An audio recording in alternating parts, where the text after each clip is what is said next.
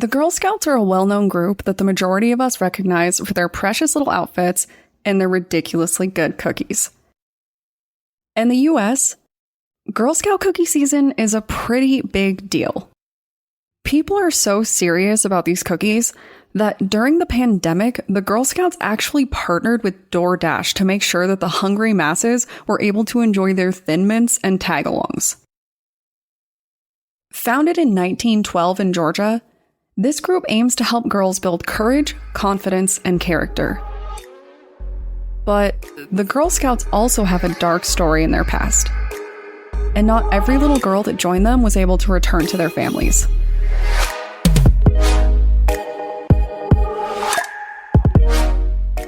My name is Brienne, and I'm the host and creator of Among the Dirt and Trees, a show where we explore true crime cases that occur out in nature. In today's episode, we're going to talk about the Oklahoma Girl Scout murders, an instance where 3 little girls between the ages of 8 and 10 were murdered in their tent while sleeping right next to the rest of their troop. Before we jump into this particular case, I just want to have a heart-to-heart with you guys. When I picked my niche, it was a combination of my interest in horror and where I grew up. Colorado is huge on natural spaces. We're the kind of state where everyone hikes and goes camping, or fishes and goes glamping. In this state, we spend a lot of time outside, and I've always grown up with a somewhat healthy fear and respect for nature and the dangers that come with it. But I've said it before, and I will say it again, I was completely unprepared for how many cases in this niche would include children. With true crime, there's a constant conflict. I think that it's important that people have their story told, but I, like anyone else in true crime, struggle with potentially glorifying the horrible experiences that people have gone through. I've asked myself several times if I should avoid these stories, but at the same time, I've noticed that the most horrible stories always involve kids. And while that's terrible, I also feel like it's more important to tell those stories because it shows that terrible people tend to be even worse in the face of a truly vulnerable victim. People are targeted for what they look like and what they believe in a lot of cases. Some people are dangerous, and a lot of those people are infinitely worse to people that they know can't fight back or speak up. And guys, that sucks. But it's also the reality that we live in, and I know that as much as I want to be the person who doesn't read the explicit details about a murder victim, I also don't want to do the suburban thing and act like it isn't happening.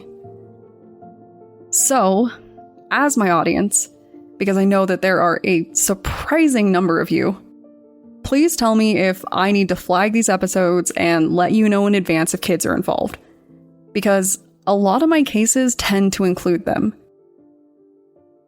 Unfortunately, this is one of them. The Girl Scouts has a surprisingly powerful history, and that's something that I didn't know. See, when I was a kid, I didn't want to join the Girl Scouts. I actually threw a fit because I wanted to join the Boy Scouts. I didn't want to sell cookies and wear a stupid skirt. I wanted to go camping and learn how to do cool survivalist stuff. And no one ever told me that I could do both in the Girl Scouts. Just like no one ever told me that the Girl Scouts were actually founded at a point where women couldn't legally vote in the United States. Founded by Juliette Gordon Low, this group was, in their own words, designed to prepare girls to meet the world with courage, confidence, and character. It was formed to teach girls to learn how to band together, learn, and grow. And its founder started by teaching 18 girls what she learned abroad about outdoor education. When it started, this group taught girls how to hike, swim, and camp. It taught them how to speak foreign languages and track the stars. But above all else, it brought girls together in a world that has always tried to rip them apart. But the Girl Scouts also has a terrifying story hidden in its past. This group, which is known to encourage girls to push back on racism and xenophobia, a group which openly pushed against segregation and sexism, also suffered from a mass murder and closed down a 50-year-old camp because of it. And that is what we are here to talk about. We live in a world where internet pranks are rampant. And as a society, I believe that we're finally learning just how damaging some pranks can be. This is a world where parents are losing custody for psychologically damaging their kids in prank videos on YouTube. A world where we understand that some jokes aren't harmless no matter how hard you try and laugh at them. But in 1977, we weren't quite there yet. So when the Girl Scouts held their annual camp counselor training and someone destroyed a tent, they didn't think anything of it.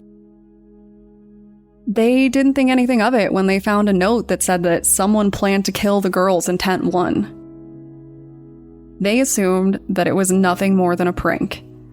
And while hindsight is 20/20, most of us can probably understand why they thought that. Now, I'll admit that I grew up with a different understanding of these kinds of pranks and the risks that come with them.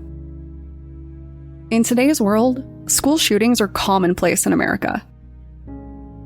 Growing up in Colorado following the Columbine massacre, I grew up in a world where threats were taken really seriously.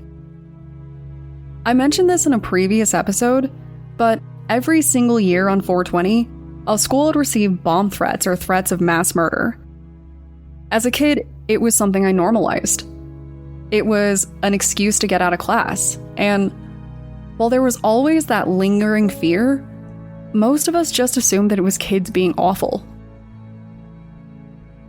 The adults in charge, on the other hand, didn't. They took steps to protect us. In this case, the camp counselors didn't take the threats seriously. But even if they had, they probably wouldn't have saved the victims.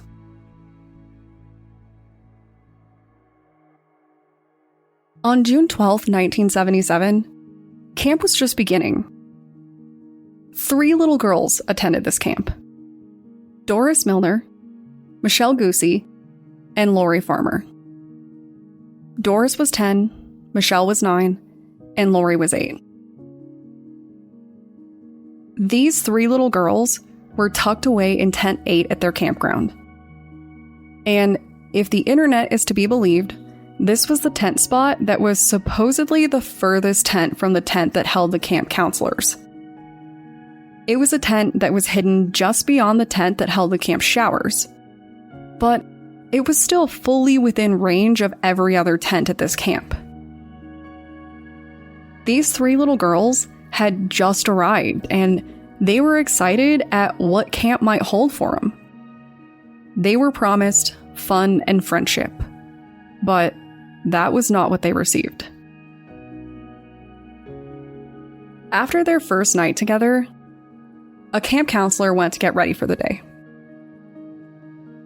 On her way, she found one of the little girls. She was in her sleeping bag, and she was dead. A brief search would reveal that every girl from Tent 8 was dead, and that it wasn't an accident. The 3 girls were a short ways away from their tent, but it was pretty obvious that they hadn't been taken there willingly. Each of the little girls was severely beaten, raped, and strangled.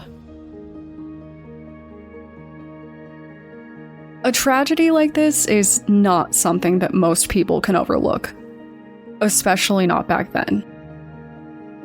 The camp, which was first opened in 1928, closed down immediately after the murders. After nearly 50 years of time spent helping little girls to learn survival skills and develop friendships, its doors were closed. Now, the space is predominantly visited by hikers, campers, and those who seek out the ghosts of the 3 murdered children. In 1977, we weren't the best at solving murders. It was an age where good detective work could crack a case or could lead to the wrong person very easily. In this case, investigators had minimal evidence to go on, and most of it wasn't all that helpful. As horrifying as this is, apparently girls from the camp reported hearing the crime. They just didn't know it at the time. Someone heard a scream. Another heard a girl mumbling and thought it was in her sleep. It's impossible to say whether someone truly heard something or just thought that they did after they learned what happened because they were kids. We all know how kids are with their imaginations, but we also know that sometimes they're right. In this case, what the girls heard wasn't helpful. But a nearby landowner claimed that he heard a lot of traffic near the site that night. Was it just the general traffic of campers arriving and claiming their tents, or was there more going on here? Police suspected that a local criminal was involved. His name was Gene Hart, and he had escaped from a nearby jail where he was imprisoned for violent crimes against women. He also knew the area very well. But when they caught him and tried to charge him, he was found not guilty for these crimes. A fact which would later become controversial when DNA testing would show a likely match to the DNA found on those 3 innocent girls 12 years later. All the same, he went back to prison for his other crimes, and he died in prison. Apparently, police even found evidence against him in a nearby cave. They found paraphernalia from the camp, as well as a newspaper article that had been found with the bodies of the girls. Hart was pursued extensively, and an article was even printed covering the different looks that he had donned, which could explain how he managed to avoid being arrested for so long. These completely old and organic images are so extreme that even a wild weight loss program and a ton of contouring couldn't explain them. So it makes sense that he was able to slip below the radar for so long. Of course, even then, DNA wasn't a guarantee, and there were some other theories about what happened. Barring the theories that suggest that a ghost or paranormal entity snatched up these girls, some believe that they were the victims of different criminals. A local reverend claimed that he visited the location with 4 men and saw the dead body of one of the girls. He provided names, telling police that he was helping these men to achieve their path to God, but the lead was ultimately disproven. There was no evidence that what he said was true. And as a writer, this kind of story always interests me, because if I were to write it, I would make it so the Reverend was trying to blame folks that he considered ungodly for a crime they didn't commit. I don't think that's what happened here, but it's certainly a weird claim that led to no actual outcome, so my imagination kind of goes wild with that. In a weird turn of events, a known criminal made the movie Candles, which documented the story, based on what he claimed were the confessions of his former cellmate, who he swore was the real murderer. To this day, no one has ever been convicted for the murder of these 3 innocent girls. The Girl Scouts closed the camp and shut the door on this horrific crime forever. But it's a story that history just won't forget. In the end, a fun-filled educational summer turned into tragedy. And no one near this case would ever be the same again. Normally, I would sign off with some quippy line about things I'm interested in, but honestly, I don't have anything for this case. It's awful, and these children died in a truly horrible way. So, if you want to talk true crime, or you just want me to put warnings on my episodes, you can find me using the tag @datpod on Twitter or Instagram. For ad-free listening, consider becoming a patron at patreon.com/like and inscribe. And please stay safe out there. Thanks, guys.